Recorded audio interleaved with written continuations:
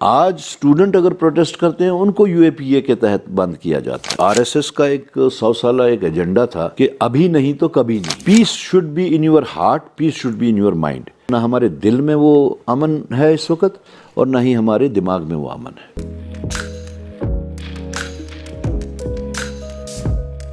طاہر صاحب آپ کا بہت شکریہ کشمیر ٹائمز کے ساتھ جڑنے کے لیے۔ شکریہ۔ طاہر صاحب 2024 جموں کشمیر اسمبلی انتخابات کے بارے میں آپ کا کیا کہنا ہے کہ کس طریقے سے یہ مختلف ہے پچھلے ہوئے انتخابات سے؟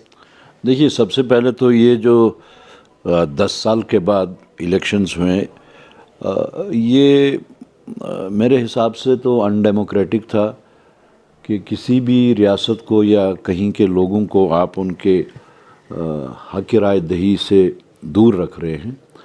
اور اس کے بعد بھی اگر یہ 10 سال کے بعد ہوئے بھی ہیں تو مجھے نہیں لگتا کہ سرکار کی منشا تھی یہ الیکشنز کرنے کی، just for the sake of this fact کہ سپریم کورٹ کا انٹرونشن تھا اس میں، اس وجہ سے یہ الیکشنز ہوئے۔ بہرحال ہوئے تو اچھی بات ہے، لیکن جہاں تک الیکشن سازی کا جو ہم نے ماحول دیکھا، وہ کچھ اس بار کچھ اٹپٹا سا ماحول تھا کشمیر میں۔ جو انڈیپینڈنس کی ایبنڈنس تھی کشمیر میں، وہ جموں میں نہیں دیکھنے کو ملی، تو اس سے یہی بات سامنے آتی ہے۔ شاید سرکار کی منشا یہ تھی کہ کشمیر کے لوگوں کا جتنا بھی ووٹ ہو وہ فریگمنٹ ہونا چاہیے، جیسا کہ جموں کے بارے میں نہیں سامنے آیا۔ تو وہ ایک عجیب سی بات تھی، اس بار پہلی دفعہ وہ دیکھنے کو ملا۔ باقی جہاں تک لوگوں کے موڈ کا تعلق ہے، 2 فیز جو یہاں ہوئے اس میں ہی ایک بات سامنے آ رہی تھی کہ لوگ یک طرفہ طور چاہتے ہیں کہ الائنس کی سرکار بنے، تاکہ جتنے بھی اینٹی کشمیر اور اینٹی کشمیری ایلیمنٹس ہیں ان کو پاور کوریڈور سے باہر رکھا جائے۔ طاہر صاحب اسی الائنس کی بات کریں گے، نیشنل کانفرنس اور کانگریس کی الائنس، کیا ہم سمجھ سکتے ہیں کہ بی جے پی کو باہر رکھنے کے لیے الائنس کا فارمیشن ہوئی؟ آف کورس اسی لیے ہوئی، یہ تو کنٹینیویشن آف دیٹ الائنس ہے جو نیشنل لیول پہ جو انڈیا بلاک بنایا گیا، اس کی کنٹینیویشن میں اسٹیٹ لیول پہ یہ ایک الائنس کا انعقاد کیا گیا، اور اس کا جو گائیڈنگ پرنسپل تھا وہ یہی تھا کہ جو بی جے پی کے جتنے بھی یا بی جے پی اسپانسرڈ جتنے بھی لوگ ہیں ان کو پاور کوریڈور سے باہر رکھا جائے، کیونکہ ان کے مظالم اتنے بڑھ چکے تھے، ان کے ظلم کی انتہا ہو چکی تھی، اور اینٹی پیپل جو ان لوگوں کا ایک سٹانس تھا اس سے بہت لوگ تنگ آ گئے تھے، چاہے وہ کانسٹیٹیوشنل لیول کے ہوں، لیگل لیول کے ہوں، سوسائٹی کے لیول پہ ہوں، یا ایون انٹرونشن ان لوگوں کا ایون مذہبی معاملات میں بھی کافی دیکھنے کو ملا۔ تو اس کی وجہ سے لوگ بضد تھے، یا یہ کہیں کہ ان میں ایک ڈیزائر تھی کہ یہ سسٹم چینج ہونا چاہیے۔ طاہر صاحب اگر بات کریں 370 کی، تو be J P national conference یا پی ڈی پی کی بات کریں تو ان کے بیانات سے صاف دکھائی دیتا ہے کہ وہ اس بارے میں کیا کہنا چاہتے ہیں، تو کانگریس کا کیا ٹیک ہے سر؟ نہیں، اس میں ہمارا بھی ٹیک بالکل کلیئر ٹیک ہے کہ سب سے پہلے تو جو ان ڈیموکریٹکلی انہوں نے اسٹیٹ کو پہلے ایبروگیشن ہوئی، پھر اسٹیٹ کو انہوں نے ڈیوائیڈ کر دیا۔ ایک سب سے بڑی اسٹیٹ جو تھی یونائٹڈ انڈیا کی، اس کو ڈیوائیڈ کرنا، دیکھیے کانسٹیٹیوشن میں یہ درج ہے کہ